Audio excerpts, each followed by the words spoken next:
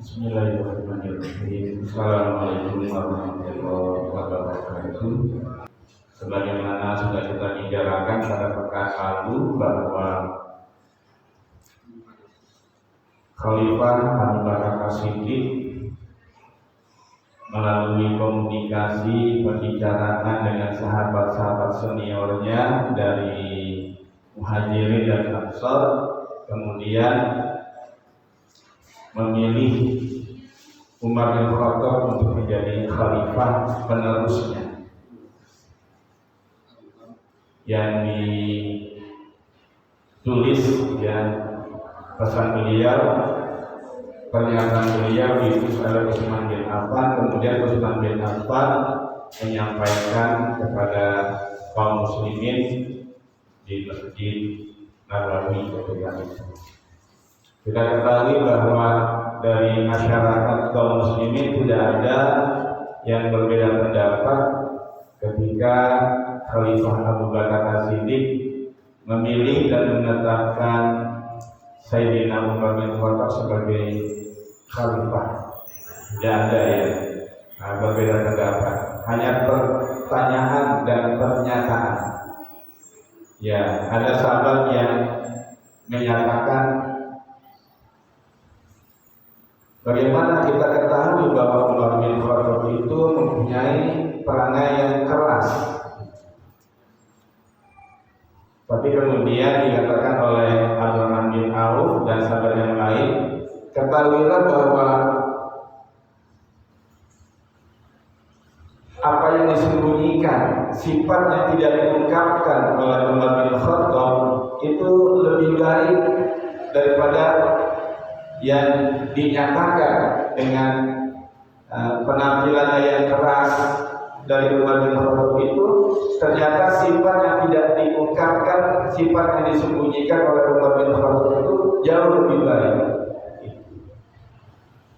Berbeda dengan kebanyakan pemimpin yang disembunyikan tidak baik, makanya disembunyikan. Yang baik-baik ditampilkan. Nah, itu yang sekarang kita kenal yang namanya pencitraan. Nah, kalau Umar bin Khattab itu justru sahabat-sahabat dekat mereka sendiri yang menyatakan bahwa sifat Umar bin Khattab yang disembunyikan, yang tidak diungkapkan itu, justru itu yang lebih baik daripada sikap, pernyataan, perbuatan yang ditampilkan, yang dinyatakan. Nah, ini begitu juga ada pertanyaan kepada Khalifah yang ketiga itu masih Khalifah. Ya Khalifah Abu Bakar, apa yang akan kau jawab apabila kau ditanya oleh Allah nanti di akhirat? Mengapa Anda memilih Umar bin Khattab? Nah, awalnya Abu Bakar berkata, engkau jangan menakut-nakut itu. Ketahuilah aku memilih Umar bin Khattab itu adalah pilihan yang terbaik. Pilihan yang tidak ada yang lebih pantas, yang lebih baik daripada Umar bin Khattab untuk menggantikan kekhalifahan.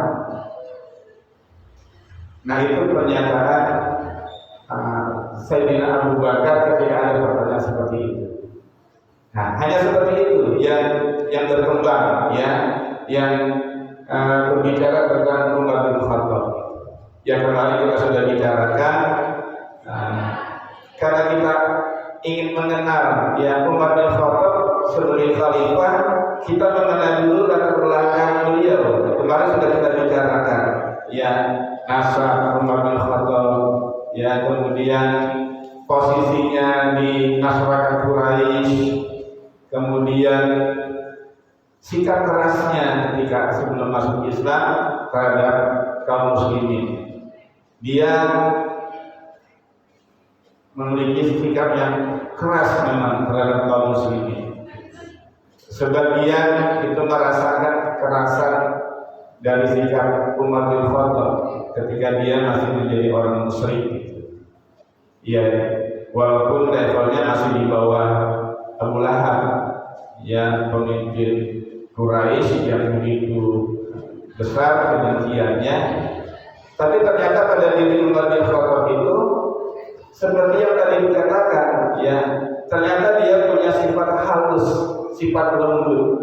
balik sikap kerasnya, ya, bukan sikap kerasnya tidak balik, keras dia, ya, ketika menjadi muslim memang keras, tegas, ya, sangat rasional. Nah, makanya nanti kita lihat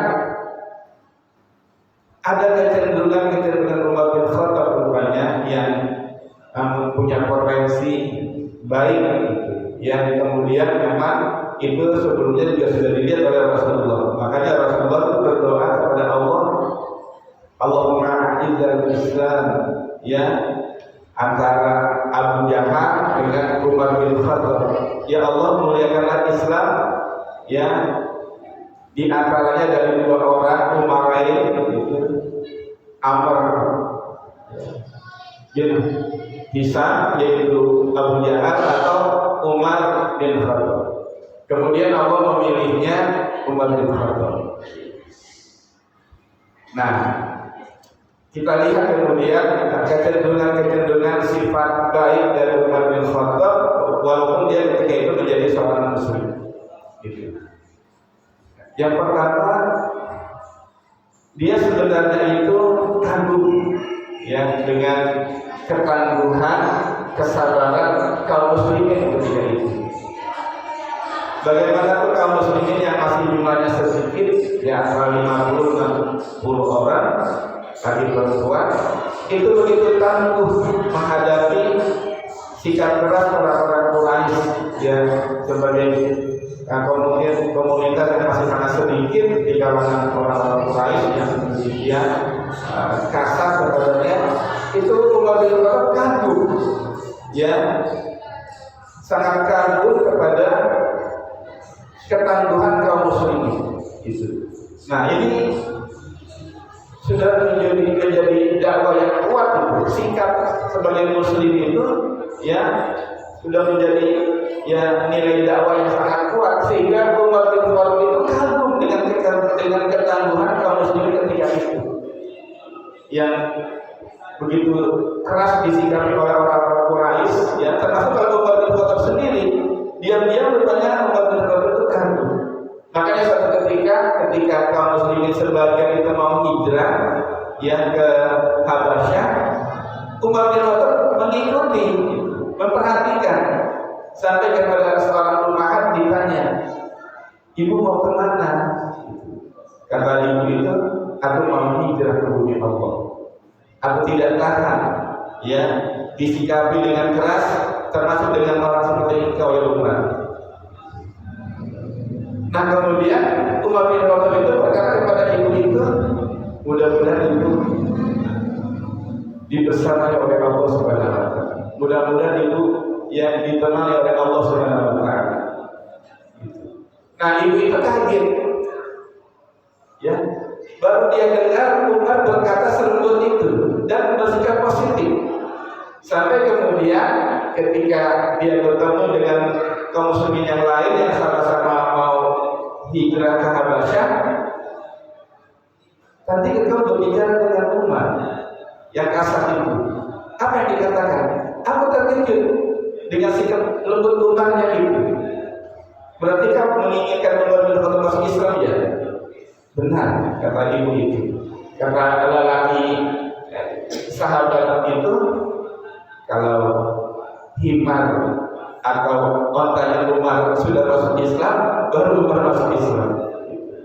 Artinya menurut sahabat ini, gak mungkinlah Umar yang seperti itu bisa masuk Islam gitu. Nah, itu begitu.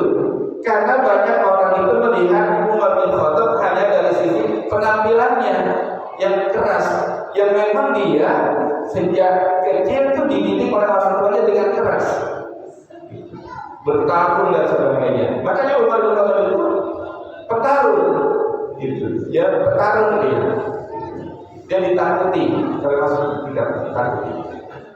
Dan posisinya di Quraisy itu cukup terhormat. Dia seperti yang kita sampaikan kemarin, itu sebagai diplomat Quraisy yang biasa, ya, memecahkan, ya, perselisihan antara kelompok-kelompok dalam Quraisy itu. Dia itu kalau ada di Quraisy perpecahan di dalam, itu dia yang dikirim itu untuk menyelesaikan masalah itu. Nah itu posisi Umar seperti itu di Quraisy. Ya kemarin sudah kita bicarakan juga tentang bagaimana ya Umar bin Khattab itu mulai tersentuh. Jadi ada potensi baiknya itu sudah kelihatan, ya itu tersentuh oleh bacaan Al-Quran dari Rasulullah ketika Rasulullah sholat di Ka'bah. Gitu. Ketika itu Umar ya malam-malam ingin membantu saudara perempuannya yang ingin melahirkan, dia keluar malam-malam. Jadi orang-orang Quraisy dan Muslim ketika itu kalau ada apa-apa, ada masalah, ada hajat dan sebagainya, itu ke berhala yang ada di sekitar Ka'bah. Gitu. Nah ketika itu Umar bin Khattab keluar malam-malam, kemudian meningkat tirai Ka'bah, menutup Ka'bah.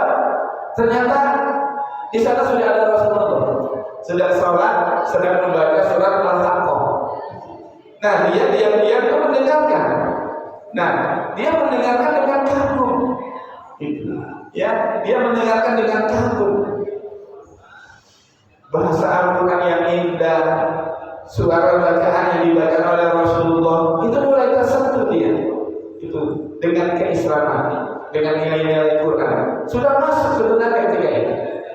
Nah, ketika Rasulullah selesai, Rasulullah merasa ada orang nih. Siapa engkau?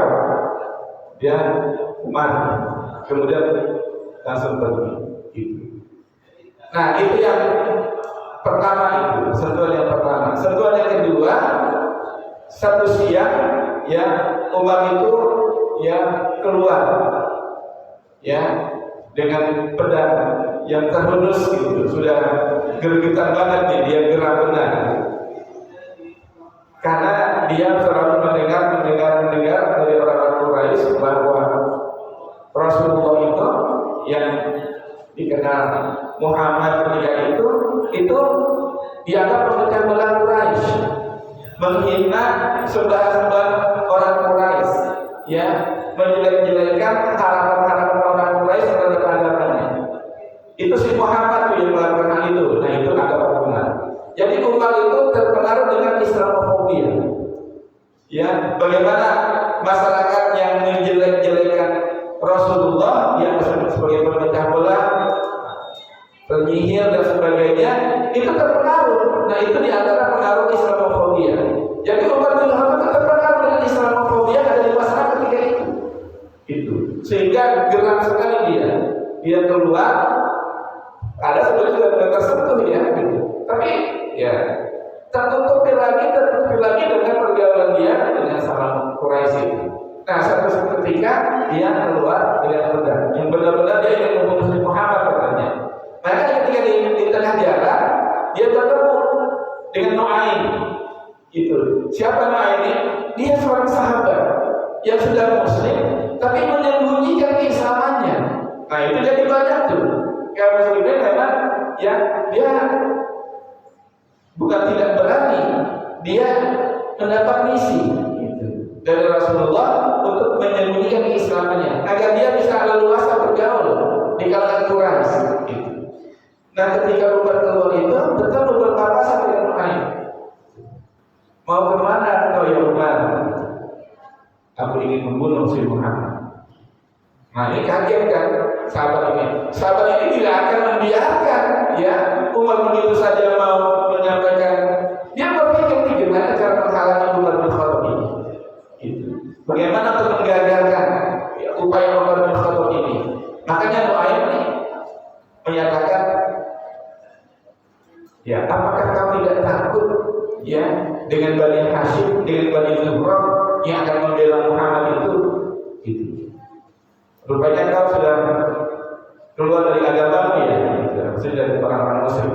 Nah, Umar sudah menduga seperti itu. Nah, tapi dialihkan pembicaraan itu oleh Nu'aim. Ya Umar, kau akan terkejut dengan apa yang aku katakan ini. Apa itu? Ketahuilah bahwa saudaramu yang perempuan dan adik iparmu itu sudah keluar dari agama. Langsung dia ya kaget. Benarkah itu? Ya, akhirnya langsung terbalik dia. Itu dengan lebih emosi lagi dia. Malu gimana nih dia? Rasulullah diberhenti, ternyata adiknya sendiri sudah masuk Islam. Nah akhirnya balik dia. Nah itu sudah kita ceritakan ya, gimana kemudian dia yang begitu marah ya mendapatkan kenyataan adiknya si Fatimah, adiknya namanya Fatimah dan suaminya ya Zaid yang ketika itu sedang belajar Quran diajari oleh Khabbab bin Arad. Khabbab bin Arad yang dalam hadis pernah menyatakan minta Rasulullah berdoa karena ketika itu dia sudah babak belur menyatakan ya Rasulullah berdoalah kepada Allah untuk menolong kami sudah menghadapi kondisi-kondisi seperti ini. Nah itu ketika itu dia salah seorang murid Rasulullah Khabbab bin Arad sedang mengajarkan ketika itu surat Toha. Ya surat Toha juga indah sekali susunannya. Nah, dia dengar suara-suara seperti itu, ya, kemudian didobrak pintunya dan ditanya, ya, apakah kau sudah keluar dari Islam? Ya. Kemudian saya itu berkata, ya Umar, bagaimana pendapatmu apabila kebenaran itu ada di luar agama? Langsung marah mengerjakan. Dia mengatakan, wah benar-benar dia sudah masuk Islam, bekerja, dibanting, ditindih di dadanya itu, bisa apa lagi? Nah Fatimah itu kemudian membantu mendorong Umar, belum sampai sudah digampar, gitu, bergaras. Padahal Umar itu gak pernah yang menganiaya perempuan, gitu. Makanya apalagi adiknya. Nah dia tersadar seperti itu. Nah adiknya juga menyangka seperti itu. Ya, bagaimana Umar kalau anggapnya kebenaran itu ada di luar agama? Kau terserah mau kau apakan diri dulu. Itu. Ya, kemudian dia membaca syahadat, ya, untuk mengakui benar-benar bahwa dia masuk Islam. Nah dari saat itu dia luluh, gitu. Ya. Dulu. Nah kemudian dia minta lembaran surat Toha itu untuk dia baca, tapi katanya tidak bisa, kau najis, kau harus membersihkan diri dulu, bersihkan, kemudian dia balik lagi dan membaca itu. Nah itu. Ketika dia bertanya, aku ingin berjumpa dengan Muhammad, di mana Muhammad? Baru keluar tuh Khabbab bin Arad, ya. Umar bergembiralah, sungguhnya malam Senin kemarin Rasulullah berdoa, aku berharap ya engkaulah yang akan mendapatkan penduduk itu gembiralah ya Umar.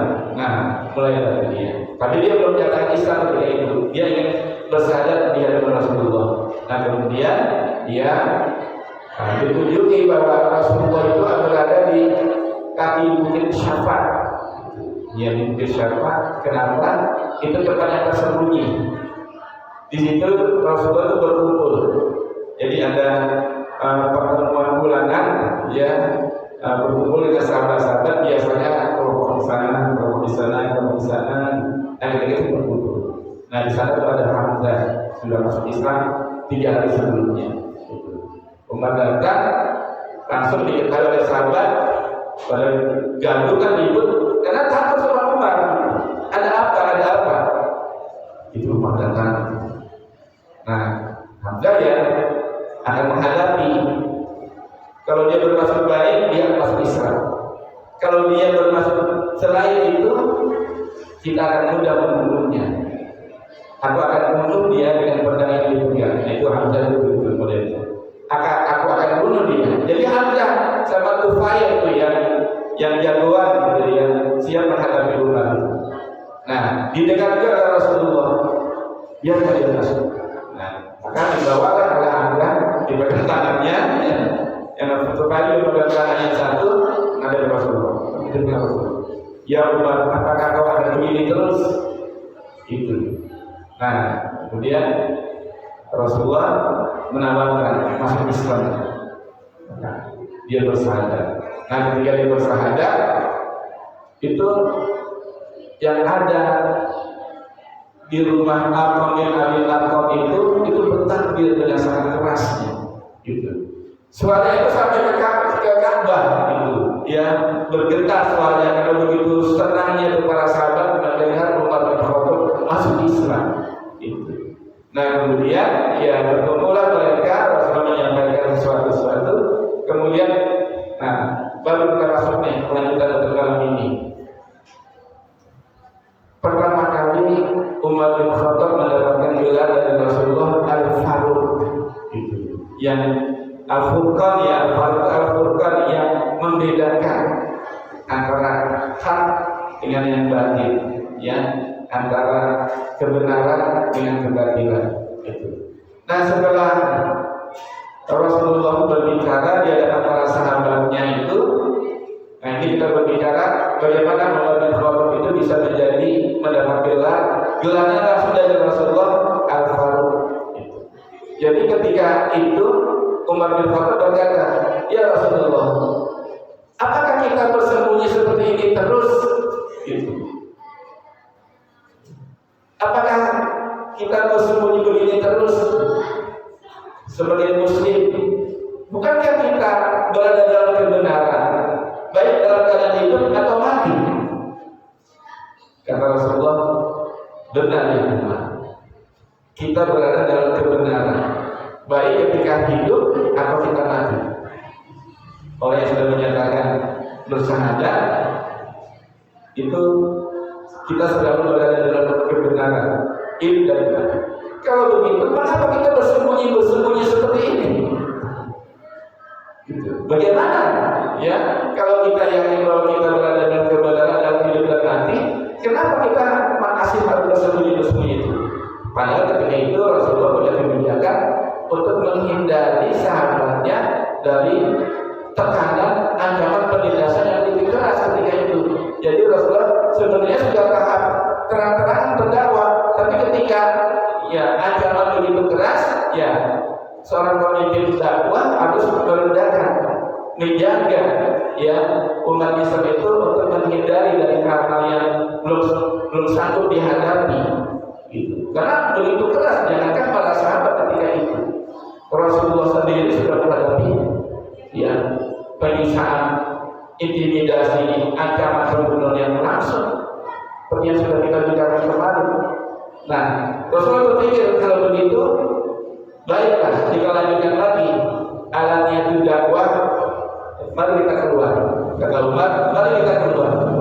Nah, Rasulullah mengizinkan. Setelah dia pertimbangkan ada Hamzah dan ada Umar keluar, maka keluarlah ya dari rumah Arqam bin Abi Arqam dua barisan, dua saf itu ya. Yang satu di situ ada Hamzah, yang satu ada Umar bin Khattab. Kemana? Ya, untuk keramaian, untuk show of force, gitu. Ya, jadi Umar ini ingin menunjukkan ya Islamnya sebenarnya, gitu. Ya, dia ingin menunjukkan keislamannya. Ya, Islam ini sebagai satu yang benar, baik hidup atau mati, itu harus ditunjukkan. Gitu. Kebenaran itu harus ditunjukkan. Bagi umat itu nggak bisa kita harus bersembunyi begini. Gitu. Kita harus tunjukkan kebenaran kita, hidup atau mati, maka dia keluar ke Ka'bah dan masuk ke Masjidil Haram. Nah ketika itu, kalau biasanya kaum muslimin yang pucat, ya, yang takut ya akan menghadapi serangan dari kaum Quraisy sampai menunjukkan sokong seperti itu. Nah ketika mereka melihat ada Hamzah dan Umar, mereka dipucat, mereka yang gemetar, gitu, nggak berani seperti itu. Nah makanya ketika itulah Rasulullah menggelari Umar bin Khattab sebagai Al-Faruq, karena dia tidak ingin kondisi dirinya itu yang sudah merasa sudah ada kebenaran harus ditutup-tutupi. Nah itu adalah pribadi Islam Umar bin Khattab yang memang sangat berani. Nah ini yang pertama. Ya bagaimana Umar bin Khattab itu ya mendapat gelar dari Rasulullah Al-Faruq. Ini penghormatan Rasulullah kepada para sahabat yang punya karakter khusus. Kepada Abu Bakar kan juga mendapatkan gelar As-Siddiq. Kepada Umar bin Khattab Al-Faruq. Kepada Hamzah Saifullah, pedang Allah. Dan kepada sahabat-sahabat spesial yang lain sebagai penghormatan Rasulullah itu diberikan gelar. Ya, kalau misalnya Ali bin Abi Thalib apa gelarnya? Abu Turab. Kenapa? Ketika arahan sama Fatimah keluarga dia tidur di masjid. Masjid ketika itu masih banyak pasir, ya ada lantainya. Ketika dia bangun di dekat Rasulullah itu pada debu. Gitu. Bangun di Ali.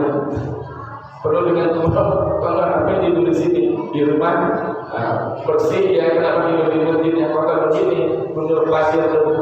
Makanya kalau itu harus keluar, tapi ada gelar lain. Nah itu, jadi menarik ya gelar yang Rasulullah berikan kepada umat Islam. Nah itu yang pertama yang kita bicarakan pada malam ini. Yang kedua, nah Umar bin Khattab juga ingin keislamannya itu diketahui. Ini memang benar. Ya dalam Islam itu, ya keislaman kita itu harus kita alamiahkan agar diketahui, harus diislamkan, harus diketahui oleh orang lain. Karena kebenaran seperti yang Umar katakan, ya kebenaran itu harus ditampilkan, itu jangan disembunyikan. Nah itu karakter Umar itu begitu. Nah ketika itu dia ingin keislamannya itu juga diketahui, nggak sembunyi-sembunyi di Umar bin Khattab. Kecuali ada orang-orang tertentu yang memang diminta oleh Rasulullah untuk menyembunyikan Islam. Termasuk Abbas, itu paman Rasulullah, Muslim yang sudah lama keislamannya tapi disembunyikan. Jadi apa? Dengan menyembunyikan, jadi intel. Jadi penyerap informasi ada apa, bagaimana, sehingga tahu nanti disampaikan kepada Rasulullah. Nah itu. Nah, kemudian Umar bin Khattab berkeinginan dia ingin menunjukkan keislaman kepada tokoh-tokoh Quraisy jangan mengganggu. Kenapa dasarnya? Dia ingin ya keislaman dirinya itu yang sudah berada kebenaran itu tidak disembunyikan. Dia ingin kebenaran itu terangkat. Maka Umar itu ingin mencari siapa nih dari tokoh Quraisy yang biasa menyampaikan berita, yang pandai menyampaikan berita, gitu. Jurnalis yang bagusnya ini siapa nih? Ya. Jadi ketika itu sudah ada, ya orang-orang yang kalau menyampaikan suatu berita itu tahu caranya dia, itu. Dan orang percaya itu berita. Nah, dia bertanya-tanya siapa nih di Quraisy ini yang biasa menyampaikan berita, kalau berita yang disampaikan oleh dia itu cepat, orang terima, tersebar. Nah, dia dapatkan nama tokoh Quraisy bernama Jamil bin Ma'mar, Jamil bin Ma'mar Al-Jumani. Maka dicarilah Jamil bin Ma'mar. Nah, ketemu ya di rumahnya, diketahui. Dia datangi dan dia katakan, ya Jamil, ketahuilah aku sudah masuk Islam. Tapi rupanya Jamil ini nggak mau, ya itu menyampaikan yang benar gitu. Karena ya dia tokoh Muslim nggak mau yang menyampaikan berita kebenaran, begitu. Sekarang juga orang yang mempunyai jurnal kantor berita yang punya misi tertentu, dia nggak mau menyampaikan misi yang lain yang bertentangan, maka dia akan memutar itu, memberikan informasi yang berbeda. Nah itu Jamil bin Ma'mar Al-Jumani itu juga begitu. Dia tidak mau menyatakan seperti yang dikatakan oleh Umar. Maka dia kemudian sudah tahu nih, ya Umar masuk Islam, wah ini perkembangannya tidak positif bagi Ma'mar ini, bagi Jamil bin Ma'mar ini. Maka dia akan merubah itu. Dia akan istilahnya apa? Dia akan framing ya dengan berita yang berbeda. Maka ketika Ya, dia tahu dari Umar, dia marah itu, dia mengangkat tali sorbannya, dia berangkat dan diikuti oleh Umar. Itu mau kemana nih dia di sini? Mau kemana nih? Rupanya ke Masjidil Haram. Dia biasa berkumpul, ada kelompoknya di satu sudut, kemudian disampaikan, ya ayyuhal Quraisy, ya wahai orang-orang Quraisy, dengarkan, aku akan menyampaikan berita bahwa Umar bin Khattab telah masuk agama Sobiyah. Agama Sobiyah itu agama bukan Islam itu, yang jauh lebih rusak daripada agama orang Quraisy. Agama Sobiyah. Nah, Umar marah kan? Ini penyampai berita yang tidak menyampaikan berita yang sebenarnya. Dia berdusta, kata Umar. Aku sudah masuk Islam. Makanya dia bersahadat, asyhadu an la ilaha illallah wa asyhadu anna Muhammadar Rasulullah. Tapi karena orang pertama kali dengar dari Jabir bin Muhammad, itu mereka langsung berkumpul tuh. Gitu. Langsung berkumpul. Tapi dia kata seperti itu. Nah, Umar klarifikasi itu. Ini berita yang benar bahwa aku sudah masuk Islam, dia bersahadat. Langsung dikeroyoki Umar bin Khattab. Tapi Umar bin Khattab itu berani melawan. Tokoh-tokoh yang maju duluan itu dibanting. Kenapa dia jagoan berarti? Dibanting, dia maju lagi dibanting. Jadi kalau yang berani mendekat, akhirnya mundur mereka. Itu Umar bin Khattab. Nah, kemudian setelah itu sudah ya beritanya sudah sampai ke satu kalangan, dia pergi lagi ke kelompok-kelompok lain yang dia biasa berkumpul dengan kelompoknya itu. Sekarang ke kelompok-kelompok, dia punya komunitas sendiri itu lebih berkumpul. Gitu. Dia pergi dan menyampaikan. Gitu. Begitu lagi ketika dia menyampaikan seperti itu, langsung dia diserang. Itu dikeroyokin, lawan lagi Umar sampai satu ketika matahari ya di tengah ya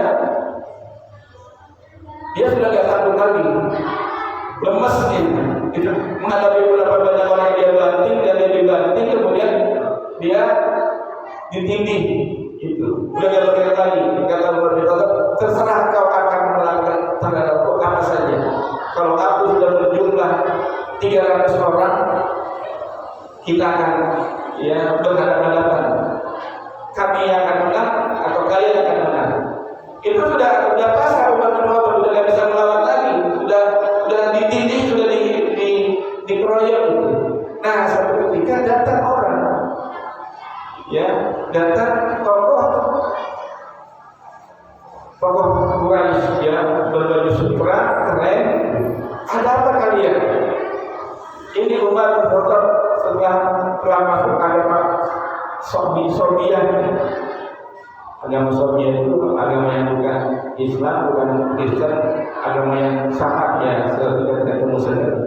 Kata tokoh Quraisy ini, apakah keluarga Bani Adi akan membiarkan kalau keluarga yang ini kalian aniaya seperti ini? Gitu. Dia tidak akan membiarkan. Di keluarga Bani Adi itu baninya Umar bin Khattab. Akhirnya mereka melepaskan Umar itu, tidak dibunuh itu, tapi sudah habis ya, sudah lepas, sudah tidak bisa melawan lagi. Nah, ini yang diikuti nih sama anaknya Umar. Kalau Umar ketika masih kecil itu biasa ikuti ayahnya. Ini nanti juga jadi ulama besar nih. Abdullah bin Umar itu, Abdullah bin Umar, anaknya Umar bin Khattab, mengikuti. Ketika itu dia usianya antara 9 tahunan, tapi dia masih kecil, dia sudah tahu, sudah bisa memahami kondisinya ketika itu.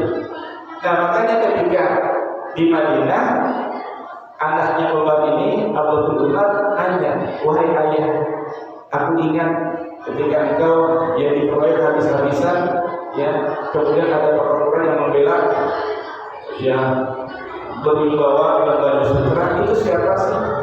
Kata Umar, itulah Al-As bin Wa'il. Itu Quraisy ya, Al-As bin Wa'il. Al-As bin Wa'il itu ketika itu belum tahu bahwa Umar masuk Islam. Yang dia tahu Umar itu beragama itu, ya beragama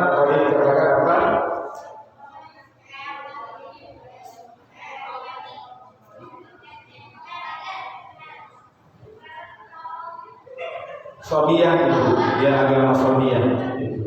Nah itu yang dibela Umar. Jadi dia dibela oleh orang tokoh Quraisy yang tidak tahu bahwa Umar itu masuk Islam, dianggap Sobiah saja. Kalau misalnya Al-Wa'id itu tahu bahwa Umar itu masuk Islam, jadi apa yang disampaikan oleh Yamin bin Ma'mar itu ternyata menguntungkan Umar, karena masyarakat tahunya itu seperti itu, belum percaya benar apa yang dikatakan Umar. Nah itu yang kedua yang kita sampaikan. Nah begitulah yang Umar bin Khattab itu ketika permusuhannya terhadap Islam begitu keras, kemudian ketika dia Islam, dia ingin memberikan pembelaan juga begitu keras untuk Islam. Ini model sahabat yang lain juga begitu, yang membunuh Hamzah itu begitu. Ya, ketika dia membuat Rasulullah begitu sedih, ya, ketika dia masuk Islam, dia ingin menghilangkan kasih dari Rasulullah dengan yang menggembirakan, yang kebalikan. Umar bin Khattab itu karakternya begitu. Ketika dia begitu keras, ya, terhadap Islam sebelum dia masuk Islam, ya hampir sebagian sahabat itu kena kekerasan Umar bin Khattab. Nah, ketika dia masuk Islam, dia ingin membela dengan keras, agar kaum muslimin itu bisa mendapatkan yang pembelaannya, itu yang dilakukan di antaranya dalam rangka untuk membela Islam. Begitu juga nanti ini, ketika Umar mau berhijrah, ya, Umar berhijrah itu tidak seperti sahabat-sahabat yang lain bersembunyi-sembunyi. Maka Umar itu mau berhijrah, dia tawaf 7 kali, ya, kemudian dia menyandang tombak, musuh dan sebagainya. Dia bicara, wahai orang-orang Quraisy, aku mau berhijrah. Kalau ibu kalian ingin menjadi ibu yang bersedih, istri kalian akan menjadi janda. Kalau anak-anak kalian ingin menjadi yatim, silakan tunggu aku di bukit itu. Aku akan berangkat. Itu seperti itu karakter Umar. Benar-benar nama Al-Fatih itu sesuai. Dia tidak ingin menutup-nutupi. Beda antara kebenaran dengan kebatilan itu jelas seperti itu. Nah maka pas besoknya itu bagi orang-orang yang selama ini takut berhijrah ikut bersama Umar. Termasuk ada 2 sahabat yang namanya Al-Ayyash, ya, yang kemudian ketika sampai di Abwa itu rupanya dia ditipu oleh Abu Jahal sama Al-Haris. Ketika sampai di Al-Abwa, ya, Ayyash ini disampaikan Abu Jahal kepadanya, wahai Ayyash saudara, Abu Jahal itu begini, ketahuilah ibumu itu sangat bersedih ketika kau harus berhijrah. Dia tidak akan menyisir rambutnya, ya, sebelum dia melihat engkau. Dia tidak akan berteduh dari tengah matahari, dari panas matahari. Jadi ibunya itu diceritakan keluar rumah dengan aut-autan rambutnya. Dia tidak akan menyisir rambutnya, meminyaki rambutnya. Dia tidak akan berteduh di tengah panas matahari atau pasir, ya, sebelum engkau pulang. Nah, itu tergoda mau pulang lah, ya, sambil berniat aku punya harta, aku akan membujuk ibuku agar dia kembali ke rumah dan aku akan membawa hartaku untuk kaum muslimin di Madinah. Tapi dia ditipu di tengah jalan. Abu Jahal bilang, ya saudaraku Ayyash, otakku ini sudah lemah, bisa nggak aku bonceng kamu? Bisa tuh. Nah ketika turun, nah dia diringkus tuh, diikat dan dibawa ke Mekah, kemudian dikurung.